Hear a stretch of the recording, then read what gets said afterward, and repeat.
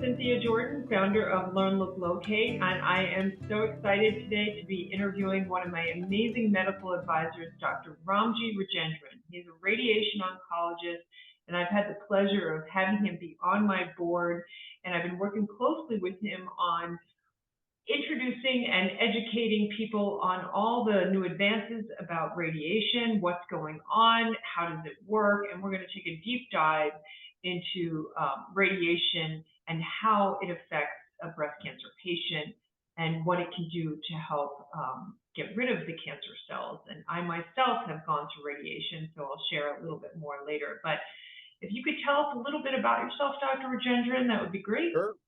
My name is Ramji Rajendran. I am a board-certified radiation oncologist. I work in the Chicagoland area, and I'm excited to be here. Excited to work with you, Cynthia, and try to educate people as to how radiation works and why it's useful and its role in treating breast cancer. Great. So first and foremost, can you tell us why you decided to become a Learn, Look, Locate medical advisor? Sure. So I feel like, knowledge is power. Patients are able to really connect to their own care when they understand really what's going on. I'm usually the last physician patients see. Patients usually have screening or they have a biopsy. They see a surgeon, they see a medical oncologist, and then they see me. And oftentimes patients still don't quite really understand what's going on. So I start off, we have a consult room, and I start off literally in the consult room with a table, some paper in the middle, a pen, and I draw everything out. And I like to really kind of make sure the patients understand the role of everything that's happened to them so far and what the role of radiation is and how that can help with multiple ways in treating cancer. So let's talk about radiation, because I feel like chemotherapy seems to be like it's the front runner of, curing cancer or getting rid of cancer. Well, it's not just chemotherapy, it's biologic therapies, it's just systemic therapies in general have a lot of really cool ways in which they can treat cancer. And I think that my colleagues that work in medical oncology have a lot of great tools on hand. But we're more like we have a lot of radiation and physics and biology. We also look a lot at anatomy, and we can we use computers to really have the ability to contour and shape our beams of radiation to provide the patient exactly what they need and personalized medicine from a radiation standpoint. So very targeted. So tell us about how radiation works. How is it actually killing the cancer cells? Because I myself went through, I call it 25 rounds, 5 weeks, every single day, one a day, for only 5 minutes. Didn't hurt. For anyone newly diagnosed, I felt really no pain until towards the end. There were some side effects and things like that we'll get into. But what's going on when the machine is going around and I'm looking at it? What's happening? So radiation primarily works by delivering energy to where the patient needs treatment. So there's the main way in which radiation works is to prevent breast cancer from coming back in that same breast. So patients have surgery, they have all the tumor cells that are visible removed, often with a negative margin. And then once they have a negative margin after resection, radiation is used to prevent the cancer from coming back. So oftentimes patients in general have somewhere around, I don't know, a 1/3 to 1/5 chance, a 20 to 30% chance of the cancer coming back, and radiation reduces that significantly. Whole breast radiation can reduce that by half, and doing a tumor bed boost or treating a little bit more to where the tumor was can reduce that even further. And can you explain, to be honest, when I was diagnosed, I really didn't understand how the cancer cells really work. So when you're treating, it breaks double-stranded DNA. So DNA has the helix, right? And Right. it's two strands that are stuck together.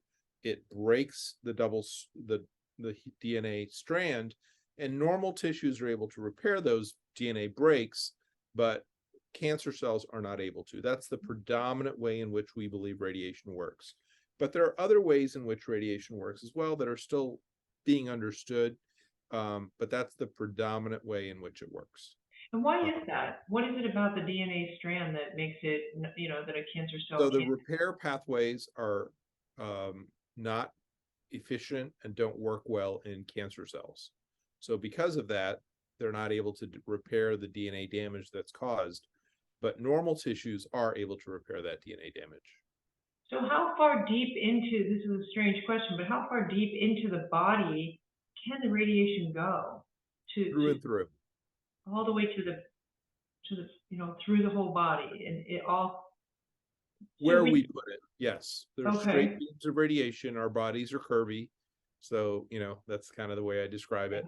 And so, if you have a breast that's curved and you have a straight beam of radiation that goes through, you're often able to treat the breast and still able to spare the normal tissues within the body. If you think about it, the breast is almost outside the body, Yeah. right? Well, we can take So, them off. or you can take them off, Yeah. but again, that's not necessarily needed. Breast conservation is also something that can be done and is appropriate for certain patients. So you were saying because it's outside the body, the radiation can go around the surrounding area to Right, get. but it does Uh-huh. treat straight, so it treats a sliver of the lung, it treats some of the ribs, it treats the Oh. soft tissues, treats the skin, and all of those areas have some side effects that are associated with radiation. As you know, you can't feel it, but as you go through treatment, near the end, you end up having some skin redness, skin peeling at times, Right. especially near the armpit. You can have itching in the upper inner quadrant Mhm. related to a histamine reaction. You can have different types of side effects. And some women who have their lung treated can have something called radiation pneumonitis or scarring of the lung. Usually it doesn't bother their breathing at all, and it's something they see on a CT scan. That's called grade 1 pneumonitis. Sometimes if it does cause some difficulty with cough or anything like, or chest wall pain, usually a course of steroids can be given to help with that. And why is it when we get radiation that we have to hold our breath, hold our heart in? Not everybody does. Uh-huh. So for patients with left-sided breast tumors, we found that patients, if you take a deep breath in, your lungs expand, but in expanding, they also move the heart more medially Okay. or towards the center. So that creates just enough room where we can sneak our radiation beams and we are able to treat the entirety of the breast with something called deep inspiration breath hold technique. So patients, as they're holding their breath, they get treated, and that way we are able to significantly reduce the dose to the heart. It How used to be powerful that the is heart was considered an inert field or inert part of the radiation field. But the more we learn, both the coronary arteries as well as heart tissue in general should be kept to as low a dose as possible. And so we do our best to minimize the dose to the heart. How powerful is a radiation machine? The dosage, the wattage? I don't know that it really is clear to explain it in a sense of power. The radiation does have a certain amount of energy. That energy is absorbed by your body, and the abstractness of what that means is I think too abstract to really explain in this setting. But I do think that it's the types of energy that we use with radiation are safe, and we treat just the normal tissues that we need to treat, and we work hard to make sure that we spare as much of the normal tissues that we don't need to treat as possible, as well as also select the patients that may or may not benefit from radiation as well. If someone's newly diagnosed, Dr. Rajendran, what would you say to them on what to expect with their radiation treatment? What's the whole process like? So I would say that the role of radiation is to reduce the chance of the cancer coming back within the breast or chest wall or draining lymphatics, depending on what's treated. I would say that radiation is something that's planned out, where we deliver just the amount of radiation that the individual patient needs. We place the patient in a comfortable position, usually on their back, but sometimes on their belly, and we deliver the radiation in the same form, but we do a CT scan as not only a set of pictures, but sort of a pictures of a three-dimensional reconstruction of that person's body. So we're able to deliver the radiation exactly where it goes and still spare the normal structures in the chest. And what should somebody use, like on their skin? Like, tell us about the skin and what's going to happen. So usually radiation oncology centers provide what is needed. And I would say nothing that we give prevents the radiation from treating the skin. So it's not really radioprotective, but it helps with the side effects, such as the skin peeling, skin redness, things like that. And a lot of that is just to make you feel better. So we use Aquaphor, which is like a Vaseline-based solution that it's a heavy, greasy kind of cream that we put on your skin that helps with the peeling, kind of like a sunburn reaction or treatment for that. We also use different other types of creams that help to, again, moisturize the skin. If a patient does have peeling of the skin that's wet desquamation, we use an astringent soak called Domburose soaks. And we have the patient, we provide them the astringent powder, some sterile water, and then they apply that to a cloth, apply it to wherever they're having the desquamation. It helps to debride the dead skin so that new skin can grow quickly. And what about a woman who's considering reconstruction and radiation? Can you talk about that? So in general, reconstruction is more challenging with radiation. Radiation does affect the way that reconstruction works long-term. And there can be scarring from radiation that can affect the cosmetic results of reconstruction. We try to minimize that by, selecting the appropriate patients, as well as minimizing the amount of radiation that needs to be given to just where it needs to be given. But ultimately, there can be side effects from radiation that can affect. I would say 40% of women have some changes that affect their cosmetic outcome with reconstruction. Of those, I would say less than 10% are severe, significant changes that would need to do more plastic surgery or something like that. Most of them are ones that are, we really account for all potential changes, including skin changes, things like that can occur. Do you usually do it before? I mean, when should reconstruction be considered? Because I know the skin can be so hard to work with, so says some plastic. So usually surgery is done before, although there are some places that do reconstruction after. That really is up to the plastic surgeon, and a discussion with the plastic surgeon is always helpful. Okay. Should a newly diagnosed person meet with a radiation oncologist no matter what in the beginning when they're diagnosed? Should you meet with the whole team? Just curious. So I think that it's appropriate that every patient be presented at a multidisciplinary tumor board. And we have that established in our hospitals, and most hospital systems have that type of situation where the surgeon, the medical oncologist, and the radiation oncologist can all talk about the patient's care. Okay. And at that point, it's discussed as to what the adjuvant treatments the patients may need, but certainly not every patient needs to meet with a radiation oncologist. There are patients that do not need radiation, and it's not really useful for them or the radiation oncologist to have a discussion for, to say that radiation is not needed for that patient. There are patients, however, that may be candidates for radiation who should meet with patients that, even if they are recommended not to have radiation, they should still meet with their radiation oncologist to discuss the rationale.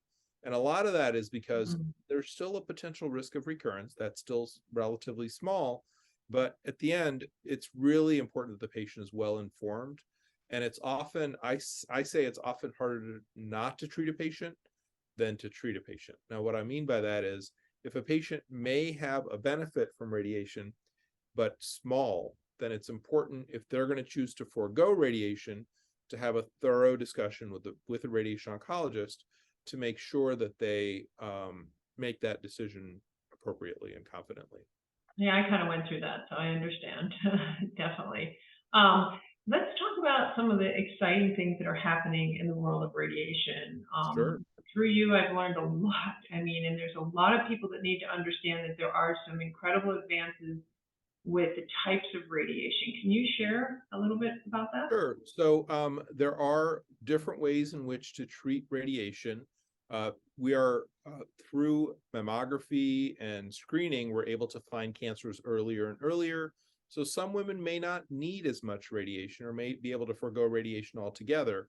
And so there are certain patients that are appropriate for accelerated partial breast irradiation. So instead of receiving 20 or 15 to 20 treatments altogether, we can just treat where the tumor was. And that's usually low grade, early stage, older women that have just a tumor with no lymph nodes involved. That's usually small, resected completely with widely negative margins. And those patients may be appropriate for treating just the tumor bed. And that can be done with external beam radiation. It can be done with accelerated partial breast irradiation with intraoperative radiation. It can be done with adjuvant radiation with brachytherapy, with a catheter-based system. So there are a lot of different ways to do it. But the concept is still to consider treating just where the tumor was and not treating the whole breast. How do you think, and this is one of the reasons why I started Learn, Look, Locate, women are supposed to know all of this. This is incredible and overwhelming. The options are out there. How are women supposed to know this? What do you think? Well, I think that it's important to be able to be well informed. And I think that ultimately the onus is on the physicians to make sure that they are able to inform the patient of all their options.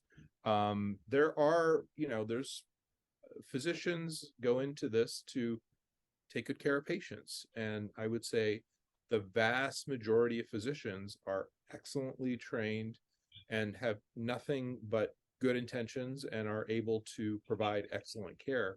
And, if you're in a multidisciplinary cancer institute, and I work in the community, I work in a community hospital, not an academic medical center. And I believe we treat breast cancer with, excellent quality care.